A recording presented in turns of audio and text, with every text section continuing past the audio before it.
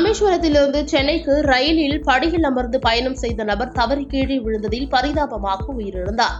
சென்னை கொளப்பாக்கத்தை சேர்ந்தவர் Sundarapandian. IT company ஊழியரான இவர் தனிப்பட்ட காரணங்களுக்காக ராமேஸ்வரம் சென்றிருந்தார். இந்நிலையில் சம்பவத்தன்று ராமேஸ்வரத்திலிருந்து சென்னைக்கு திரும்பிய அவர் படியில் அமர்ந்து பயணம் செய்துள்ளார். இந்நிலையில் அதிகாலை நேரத்தில் கள்ளக்குறிச்சி மாவட்டம் உளுந்தூர்பேட்டை அருகே ரயில் சென்று கொண்டிருந்த போது தூக்க கலகத்தில் இருந்த சுந்தரபாண்டியன் ரயிலில் இருந்து தவறி விழுந்து தலையில் பலத்த காயம் ஏற்பட்டு சம்பவ இடத்திலேயே உயிரிழந்தார். இதனையடுத்து அங்கிருந்தவர்கள் தகவல் தெரிவித்ததை அடுத்து சம்பவ இடத்திற்கு வந்த போலீசார் மற்றும் வருவாய்த்துறை அதிகாரிகள் உயிரிழந்த சுந்தரபாண்டியன் உடலை கைப்பற்றி பிரேத பரிசோதனைக்காக அனுப்பி வைத்தனர்.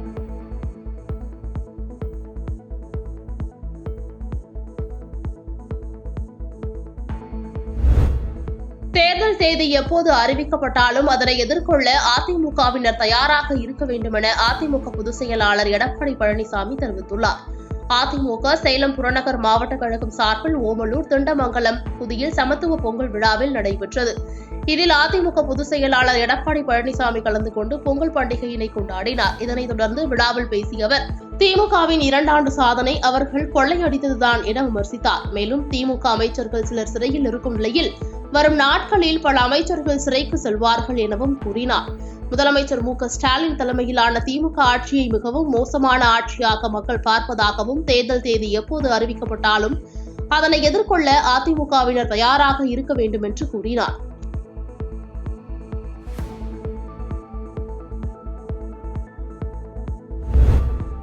விருதுநகர் அருகே தனியார் அரிசி ஆலையில் பணியில் இருந்த பெண்ணின் தலை எதிர்பாராத விதமாக இயந்திரத்தில் சிக்கியதில் அவர் பரிதாபமாக உயிரிழந்தார். விருதுநகர் மாவட்டம் அருப்புக்கோட்டை அடுத்த சிங்காரத்தோப்பு பகுதியைச் சேர்ந்தவர் தாவித். இவரது மனைவியான 49 வயது நிரம்பிய ஜான்சி ராணி வீட்டின் அருகே உள்ள தனியார் அரிசி ஆலையில் கூலி வேலை பார்த்து வந்துள்ளார். இந்நிலையில் சம்பவத்தன்று வழக்கம் போல் ஆலையில் பணியாற்றிக் கொண்டிருந்த ஜான்சி ராணி அங்குள்ள இயந்திரத்தில் உமியை கீழே தள்ளுவதற்காக சென்றதாக கூறப்படுகிறது. அப்போது இயந்திரத்தினிடையே எதிர்பாராத விதமாக ஜான்சி ராணியின் தலை சிக்கிக் கொண்ட நிலையில் தலையில் பலத்த காயமடைந்த அவர் சம்பவ இடத்திலேயே பரிதாபமாக உயிரிழந்தார். இந்த சம்பவம் குறித்து தகவல் அறிந்து வந்த போலீசார் ஜான்சி ராணியின் உடலை கைப்பற்றி பிரேத பரிசோதனைக்காக அருப்புக்கோட்டை அரசு மருத்துவமனைக்கு அனுப்பி வைத்தனர். மேலும் இந்த சம்பவம் தொடர்பாக வழக்கு பதிவு செய்த போலீசார் விசாரணை மேற்கொண்டு வருகின்றனர்.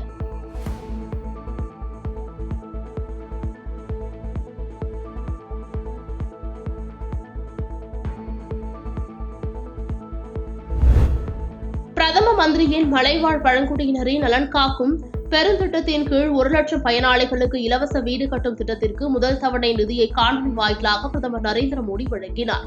நீலகிரி மாவட்டம் கூடலூர் அருகே உள்ள மண்வயல் கிராமத்தில் காணொலி வாயிலாக நடைபெற்ற இந்நிகழ்ச்சி நாடு முழுவதும் ஒளிபரப்பப்பட்டது. மத்திய தகவல் மற்றும் ஒலிபரப்புத்துறை இணையமைச்சர் எல் முருகன் கலந்து கொண்டார். மேலும் இந்நிகழ்ச்சியில் மத்திய அரசின் பல்வேறு திட்டங்கள் மூலம் பயனடைந்த பழங்குடியின மக்களுடன் பிரதமர் காணொலி வாயிலாக உரையாற்றினார். பின்னர் 50 பயனாளிகளுக்கு 46 லட்சம் ரூபாய் மதிப்பில் விவசாய கடன், குடிநீர் இணைப்பு, மின் இணைப்பு, சாதி சான்றிதழ், ஆயுஷ்மான் பாரத் அட்டை உள்ளிட்ட திட்டங்களை மத்திய இணையமைச்சர் எல் முருகன் வழங்கினார். இதனைத் தொடர்ந்து செய்தியாளர்களிடம் பேசிய அவர் ஆங்கிலேயர்களுக்கு எதிராக போராடிய பழங்குடியின இளைஞர் பிர்சா முண்டா அவர்களின் பிறந்தநாளை முன்னிட்டு மலைவாழ் மக்களுக்காக 24,000 கோடி ரூபாய் செலவில் திட்டங்கள் செயல்படுத்தப்பட்டு தொடங்கப்பட்டுள்ளதாக தெரிவித்தார். மேலும் 1 லட்சம் பயனாளிகளுக்கு வீடு கட்டுவதற்கான நிதியை அவர்களது வங்கிக் கணக்கில் செலுத்தப்பட்டதாகவும் மிகவும் பின்தங்கியவர்கள் வளர்ச்சியே நம் தேசத்தின் வளர்ச்சி என்பதுதான் பிரதமரின் இலக்கு என்றும் அவர் தெரிவித்தார்.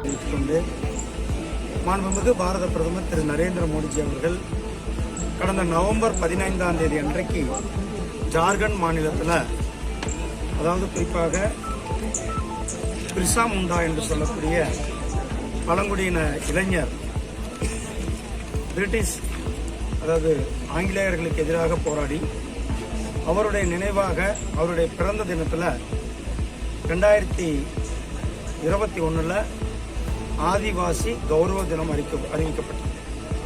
அதே அவருடைய பிறந்த தினமான போன நவம்பர் 15 மலைவாழ் மக்களுக்காக பிரதமருடைய ஜன்மன் என்ற அந்த திட்டத்தை தொடங்கி வைத்தார்கள்.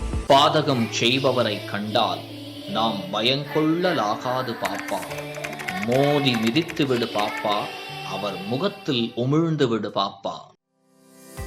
அண்மை செய்திகளை உடனுக்குடன் தெரிந்து கொள்ள இணைந்திருங்கள் இயம்நாடு தொலைக்காட்சியுடன்.